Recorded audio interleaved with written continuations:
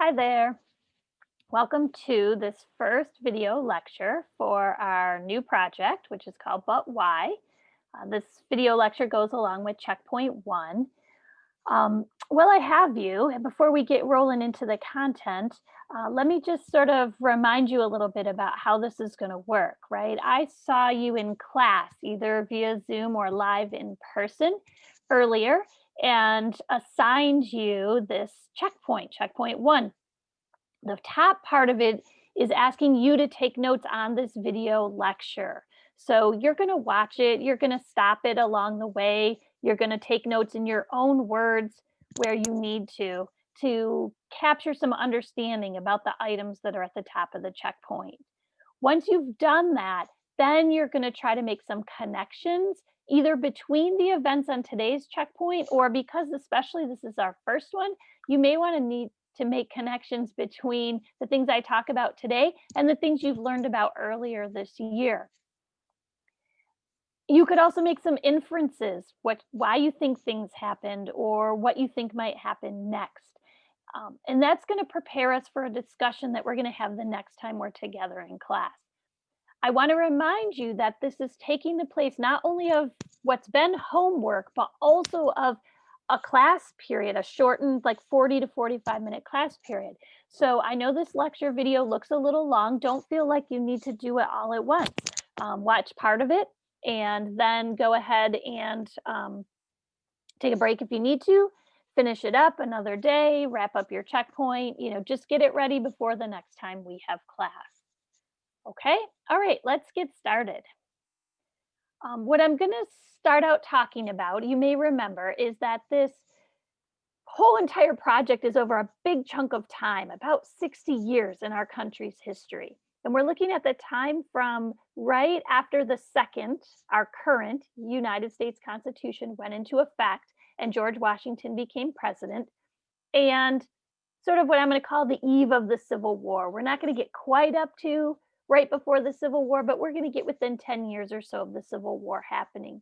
And we're going to be looking at key events that occurred during this time period for our country. And we're going to be looking at changes, ways our country was changing during this period.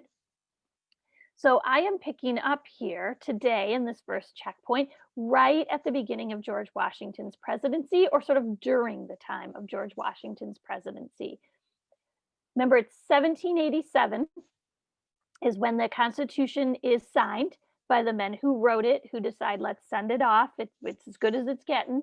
Then it takes a while for it to get ratified. Then elections have to be held. But by 1789, we've got a Congress who's been elected and seated, and George Washington has been elected and been sworn in, inaugurated as president. So that's where we are. And the first thing I want to talk about are the early political parties that grow during this time period. Political parties are something that's very familiar to us now. We hear a lot about the Democrats and the Republicans in the news, in our lives all the time. There are other political parties in the US today as well, the Green Party, the Libertarian Party, etc. There was not a plan for there to be political parties, though. The founding fathers wrote the Constitution. They did not really have the idea of political parties in their mind when they set things up. But political parties are sort of born sort of from the ground up almost right away in our country. Now, the first political parties are different than the parties we have today. So we have the Federalists and we have the Democratic Republicans. Don't let that name throw you, because I know today we have the Democrats and the Republicans. The Democratic Republicans, that was one party, or sometimes in textbook reading or videos, you'll hear them just called the Republicans. These parties kind of closely mirror the Federalists, which are the Federalists, and then the anti-Federalists, which are the Democratic Republicans, right? Remember those debates over the Constitution and who liked the Constitution, the new one, and who didn't? That's sort of where these started from, but they're really going to come into their own during the time of George Washington's presidency. And that's because he's going to have two members in his cabinet. I mean, he's going to have more members, but these key two, Alexander Hamilton, who's his Secretary of Treasury, and Thomas Jefferson, who's his Secretary of State. And every time Washington goes to his cabinet to ask for advice, these guys are going to give him like opposite advice every time. They agree on nothing. And as people in the country start to agree more with one or the other, they start to sort of associate or affiliate themselves with those guys. And sort of out of that, these parties are born. Okay. Let me tell you a little bit about each of the parties and especially some main things they differed on. One is, so of course, sort of who their founder or leader was, right? Hamilton or Jefferson. I mentioned that to you already. The next thing is about sort of who else in the world they see the US allied with, they see the US connected with.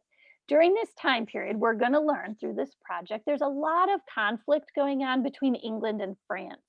And the US is kind of caught in the middle of a lot of it because, of course, many people in the United States have family and sort of heritage ties to England, to the British, right?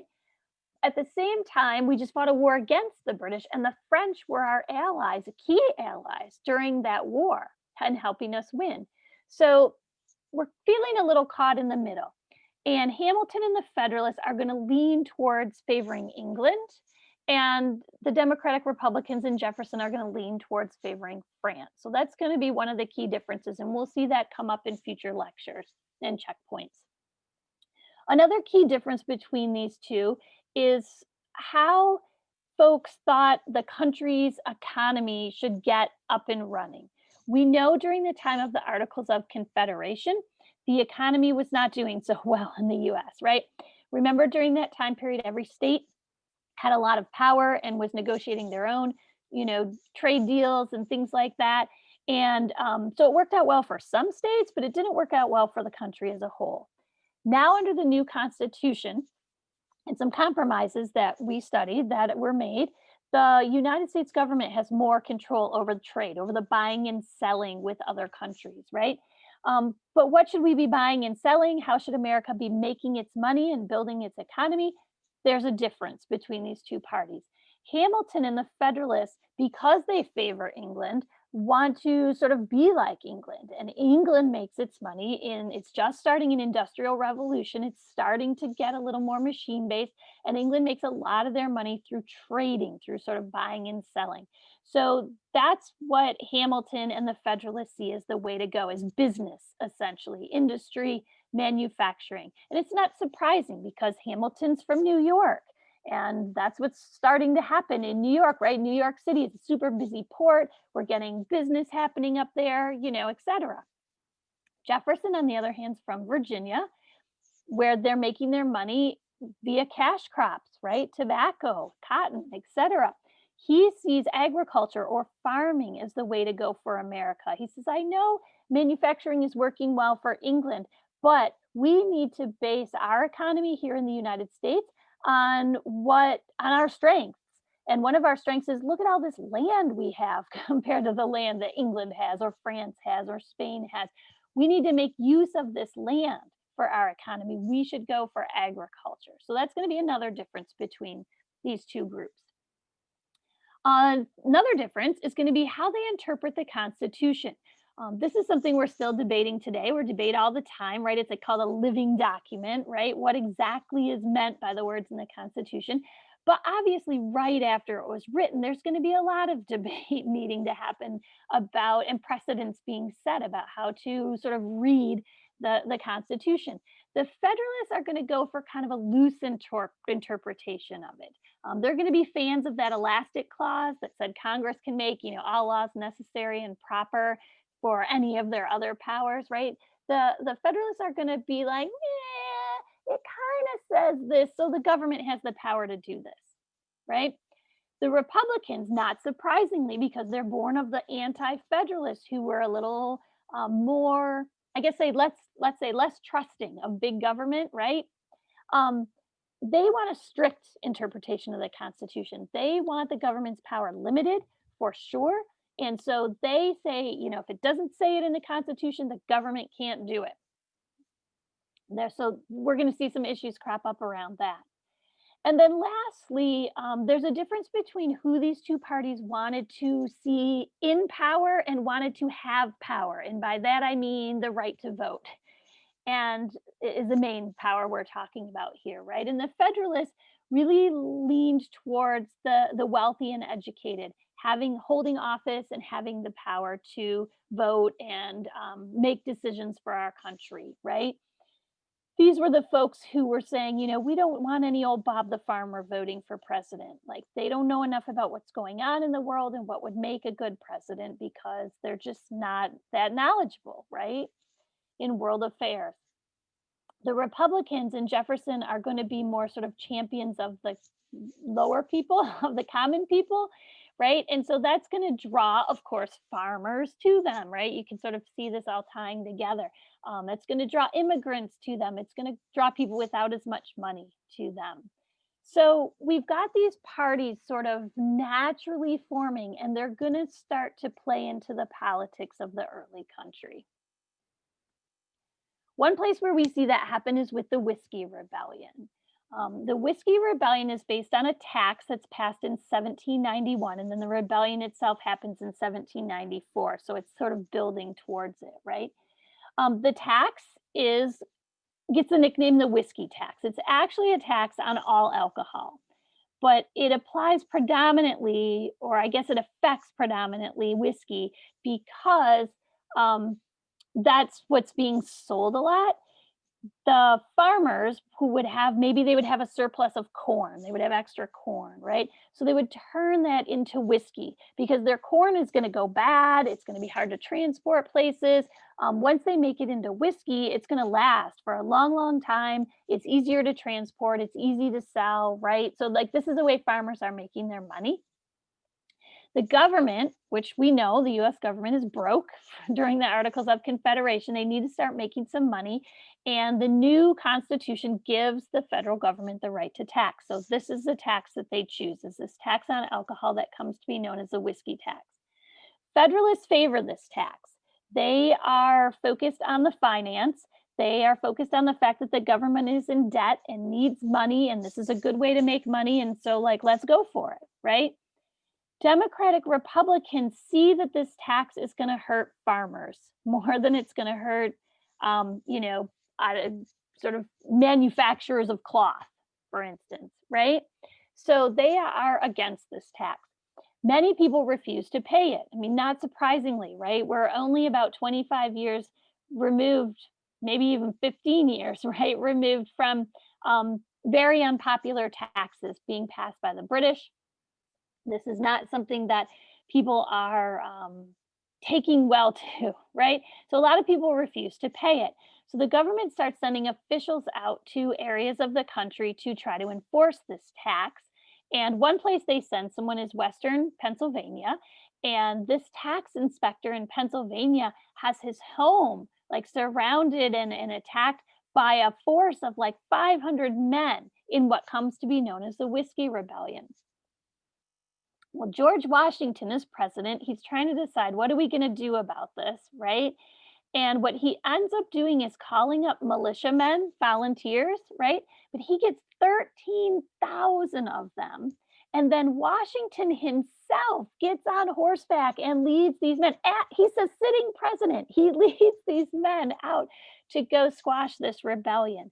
Now, there ends up not actually ever being any battle because the rebels get word that these 13,000 men being led by George Washington are coming their way, and they sort of disband and go home and stop their protest before this army gets there. But this is a notable event, not only because it brings out the conflict between these two newly forming political parties, but also because we can compare it to Shays' Rebellion, right? Remember Shays' Rebellion during the time of the Articles of Confederation? These were also farmers who were angry. Tax was involved, although it was a state tax at the time in Massachusetts, right? But we had these angry farmers sort of going around to government buildings and wreaking havoc in Massachusetts. And remember when Massachusetts state asked for help, putting down, sort of squelching this Shays' Rebellion, the federal government was like, no, we don't really have any money. We don't really have any soldiers. We can't really help you, right? The response to Shays' rebellion from the United States government was really very kind of pitiful, right? And that's part of what made people decide this Articles of Confederation government is too weak. We need to make a new government. And we wrote the new Constitution, right? Now, compare that to the response to the Whiskey Rebellion, where we have the president leading 13,000 volunteers to go squash a rebellion of farmers, right? It's a show of strength. It's a show of power that this new United States government has over its people. So that's very different. And it's going to make some people feel a little uneasy. I mean, you can see in the cartoon there, right? Like maybe constitutionally allowed, but it is really putting the cap on people. I don't know if you can tell there are people sort of squished inside that whiskey bottle there. Right. And so this is going to create some uneasiness, especially among the Democratic Republicans who are going to see the government as being too powerful, too overbearing, what they were trying to get away from when they fought the Revolutionary War. Right. So just tuck that in your brain. You might make some connections further on down the line during this project. All right, I want to jump ahead a few years, still sticking with this idea of the political parties, but now looking in the next presidency. George Washington is going to step down after 2 terms, after 8 years. He doesn't have to. At the time, there's no limit to how long you can be president. And so he could probably have been elected again, but he chooses to step down. And we get our second president, John Adams. And during this election, at which John Adams won, the parties did play a role. And Adams is a Federalist. And Congress is also under Federalist control after this election. So the government, the United States government as a whole, is pretty heavily under Federalist control during this time period. Okay. And what the Congress does is pass a series of laws that come to be known as the Alien and Sedition Acts. And when we talk about aliens, we don't mean like green men out from Mars. We're talking about foreigners. We're talking about people who are born elsewhere other than America, outside of the United States. So that's who a lot of these laws apply to. You can see in the upper left there, the 4 laws. It's a series of laws. One is the Naturalization Act. To be naturalized is to become a citizen. So this is a law about becoming a citizen. And what it says at the heart of it is that now you have to live in the United States for 14 years before you can become a citizen. Prior to this law, it was 5 years. So it's almost tripled the time it takes to become a United States citizen. And remember, well, you're not a citizen, you can't vote, for instance, right? And there are other rights you don't have. There's also the Alien Enemies and Alien Friends Acts for different reasons and sort of used slightly differently, but essentially both of them allow the president to deport non-citizens from the United States, essentially no questions asked. The Alien Enemies Act can only be used during wartime, and in fact, it still exists. During wartime, if you're a citizen of a nation we're at war with, you can be deported. But also during this time period, we don't have anymore the Alien Friends Act, which was anyone at all who was a non-citizen who was suspected of plotting against the government could be deported. No questions asked, no trial, no nothing. So there's those. And then there's the Sedition Act. And it's kind of related. And sedition is a word we've heard in the news recently, but sedition is speaking out against the government, especially in a way that might encourage action taken against the government, right? The Sedition Act is going to allow the arrest of people who speak out against the government. Well, if the government has a Federalist president and a Federalist Congress, who's going to be speaking out against the government?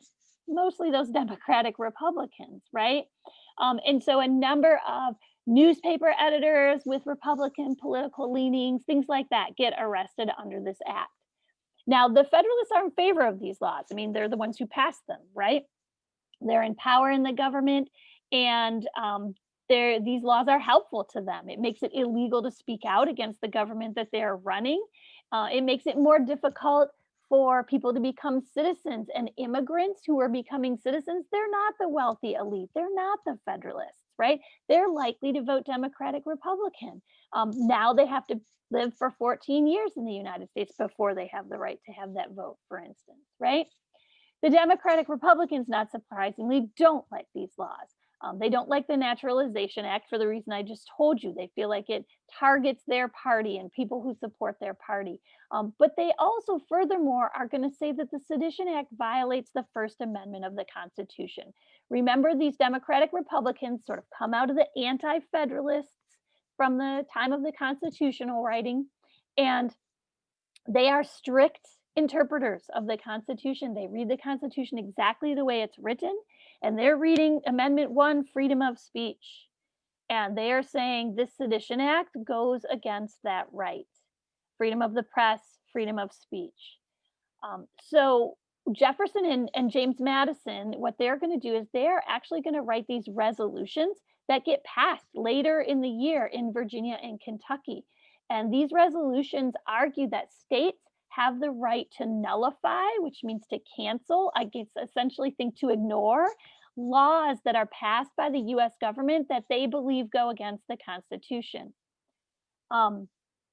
Their hope is that other states are going to join this cause and lots of resolutions are going to be passed, and it's going to force the government to get rid of these laws.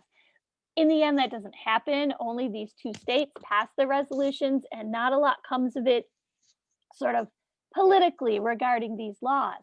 However, what it does do is it sort of puts a spotlight on this argument, and the fact that this argument about who has more power, states or federal, states governments or federal government, is still very much a thing, right?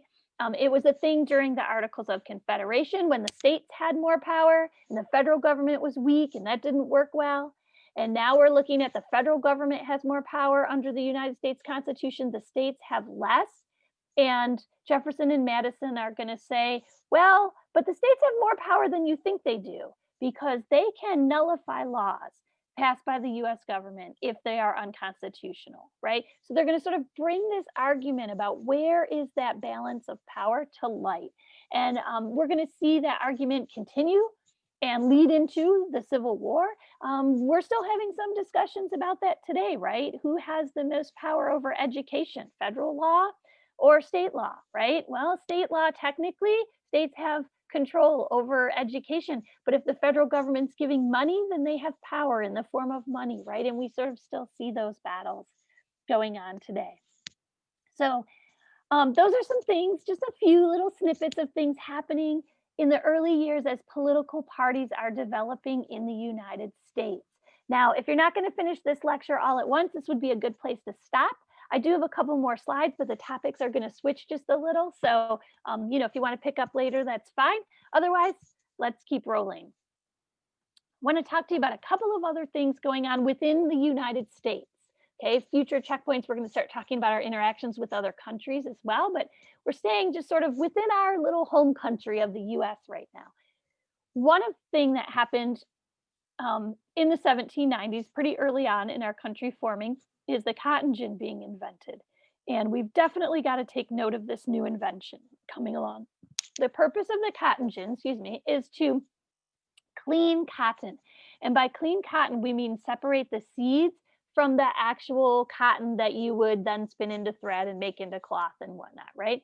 And when you think about separating the seeds from the cotton, imagine picking burrs out of a cotton ball. Like that's kind of what we're talking, right? And this task had to be done by hand prior to the invention of the cotton gin. Well, the cotton gin, which Eli Whitney invents in 1793, is super effective. And you can kind of tell in the picture there the way it works. The cotton goes in on one side, you turn the crank, and the crank kind of stretches the cotton through some metal combs. And the seeds get sort of pushed, like the cotton gets pulled through the combs and the seeds can't fit through the teeth of the comb. So the seeds get separated out, the clean cotton comes out the other side, right? Pretty straightforward, pretty simple, but so effective. And what it does is it allows one person to begin cleaning 50 times the cotton that, what would take 50 people to clean in a day, now one person can clean in a day, okay?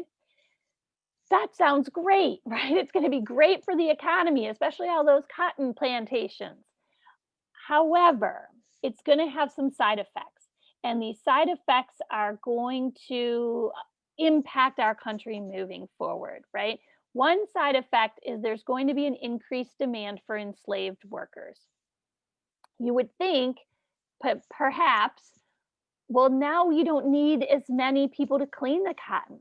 So the demand for enslaved workers would go down. That's not going to be the case. What's going to happen is these plantation owners are going to say, oh, I can clean 50 times as much cotton in a day, then I want to harvest 50 times as much cotton in a day. And if I want to harvest 50 times as much cotton, I have to plant 50 times as much cotton, right? So there's going to be a lot more field work to be done, and it's going to drive up the demand for enslaved workers. And it's really part of what's going to entrench slavery deeper, deeper, deeper, deeper, deeper into the economy of the South. And we know that's going nowhere good, right? It's heading us towards the Civil War. It is, still part of the issue we have going on in our society today.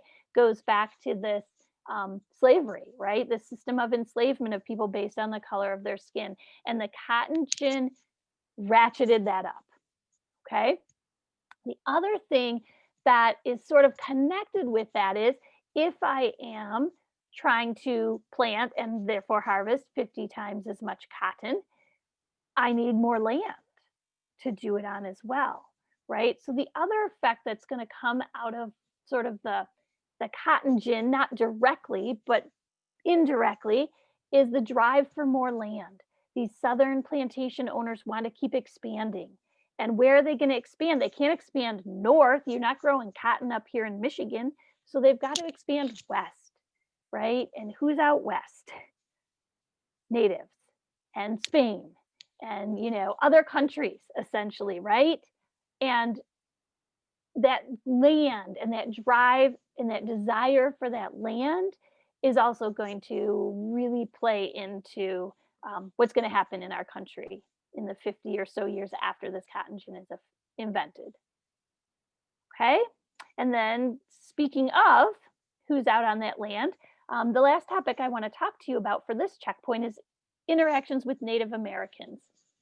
I know we came out of this unit on the Constitution, and so we've been really focused on what's been going on with the people who are writing the Constitution. That's like 55 white guys, right? That's not representative of everybody living in North America at the time, and not even everybody living in the land that's being called the United States at the time, right? So let's sort of check back in and sort of recalibrate a little bit about what's going on with Native Americans.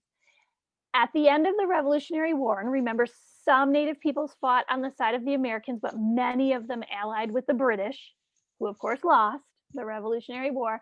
There are peace talks, and the Treaty of Paris is written, right? Natives are not included in this, even though they fought.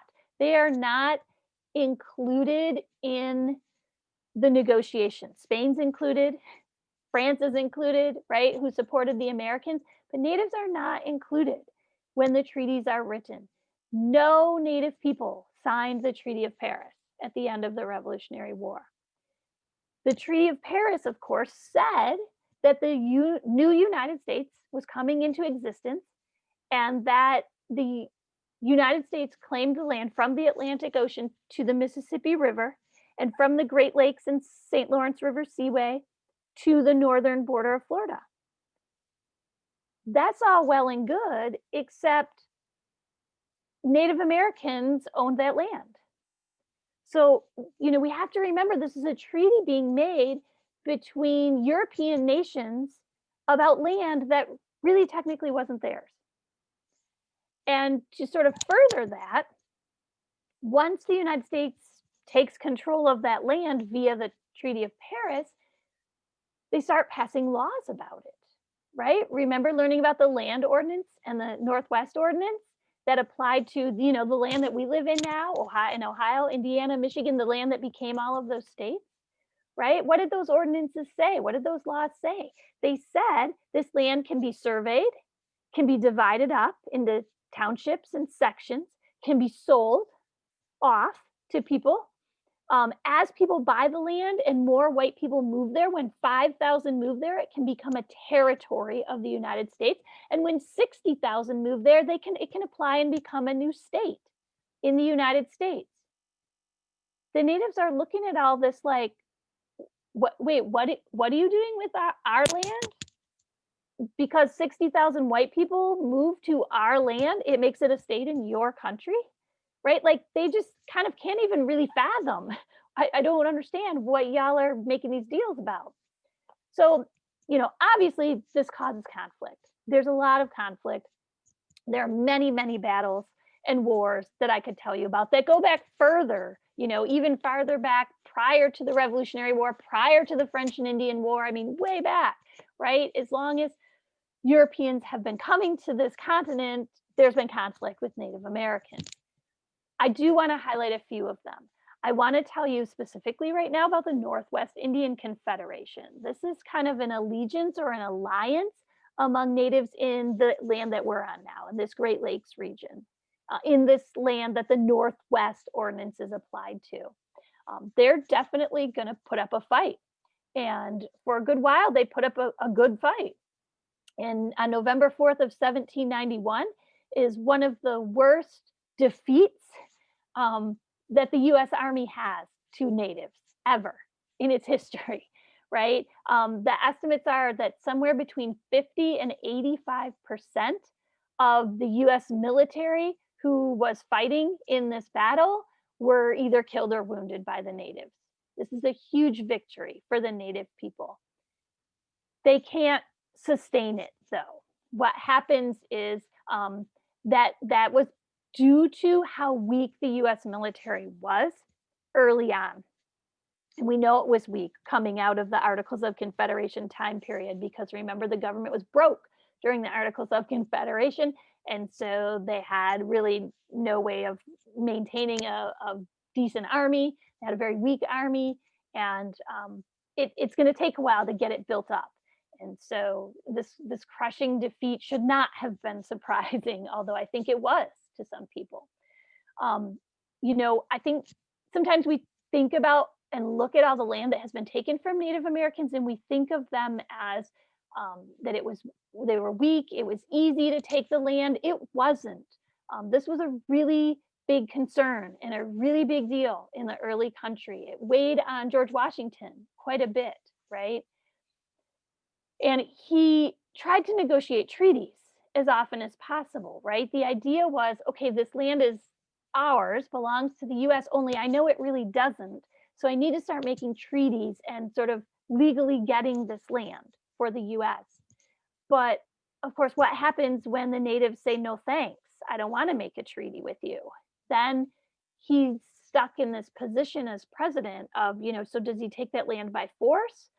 Or does he say to the American people, yeah, I know the Treaty of Paris says it's our land, but really it's not, right? And he ends up opting for force, as we're going to see. He's not the only president to do so, right? All right, so after this major defeat in 1791, there's sort of a regrouping.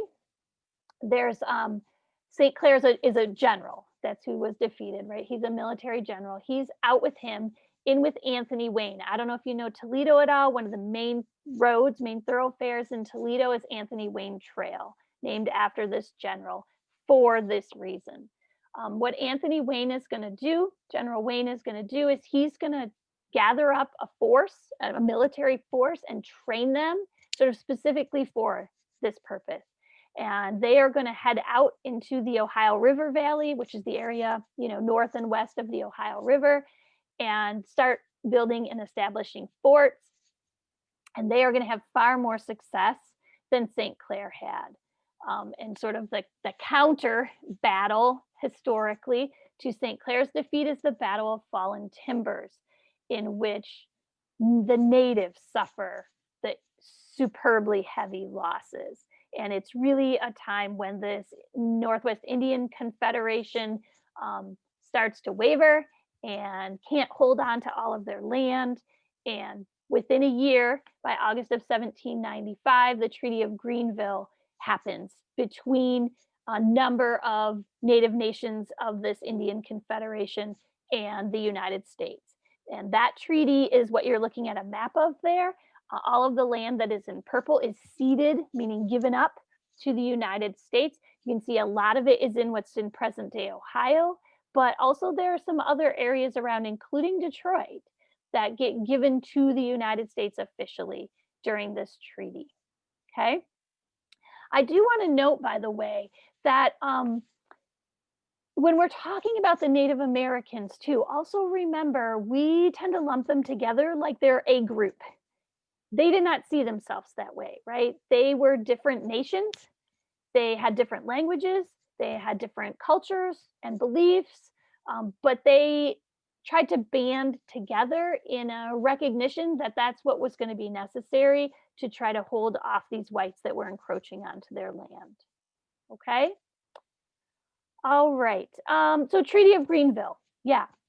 And you'll notice looking at that map that the land, that most of the land that is Michigan, for instance, is not ceded over yet. And so does technically still belong to Native Americans. Obviously, that's not the case today. So when did that change hands? We're going to look at a little bit of that later in this project. Couple last things I want to mention to you about interactions with Native Americans. One is this Canandaigua Treaty, or sometimes it's called the Pickering Treaty. Pickering is the last name of the U.S. official who went and served as chief negotiator during it. But this is a treaty that is over land in New York. And it's notable because it's one of the few treaties in which land is given to Native Americans instead of taking from Native Americans. Okay. Part of the reason that happens is because the Six Nations of the Iroquois are strong. And again, notice it's around the same time period. And the United States is focusing its military on the Ohio River Valley and on getting control of this new Northwest territory. And they're not really in a position to be fighting with natives that are in New York. They're not really in a position to be fighting with the Native Confederacy that's building in the South.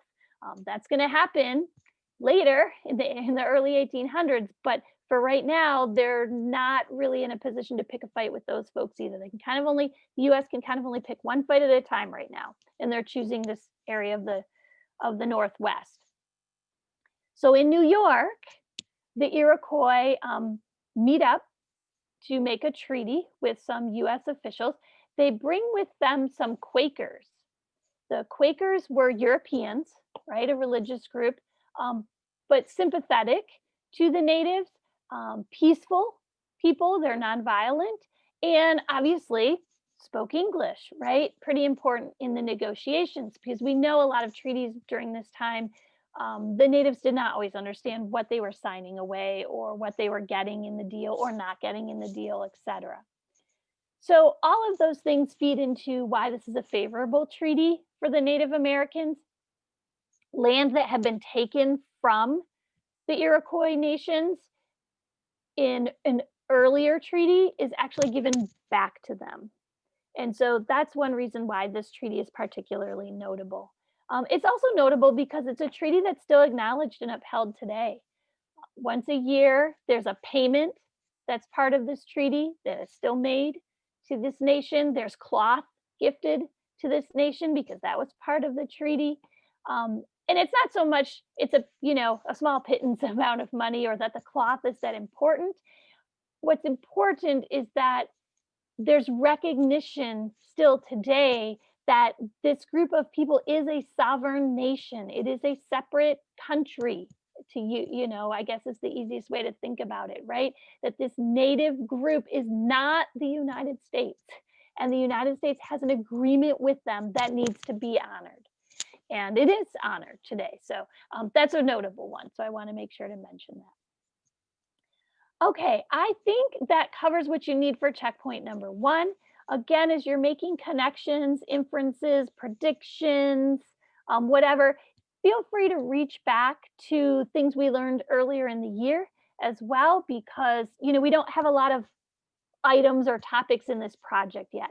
As we go along, you're going to start being able to connect things in this project with other things that we learn about in this project. But given that we only covered 5 slides today, we're not quite, may not be quite there yet. But off you go anyway to finish up making at least one connection or inference, coming up with a question that could spark some discussion when we meet in class next time. And I will see you there soon.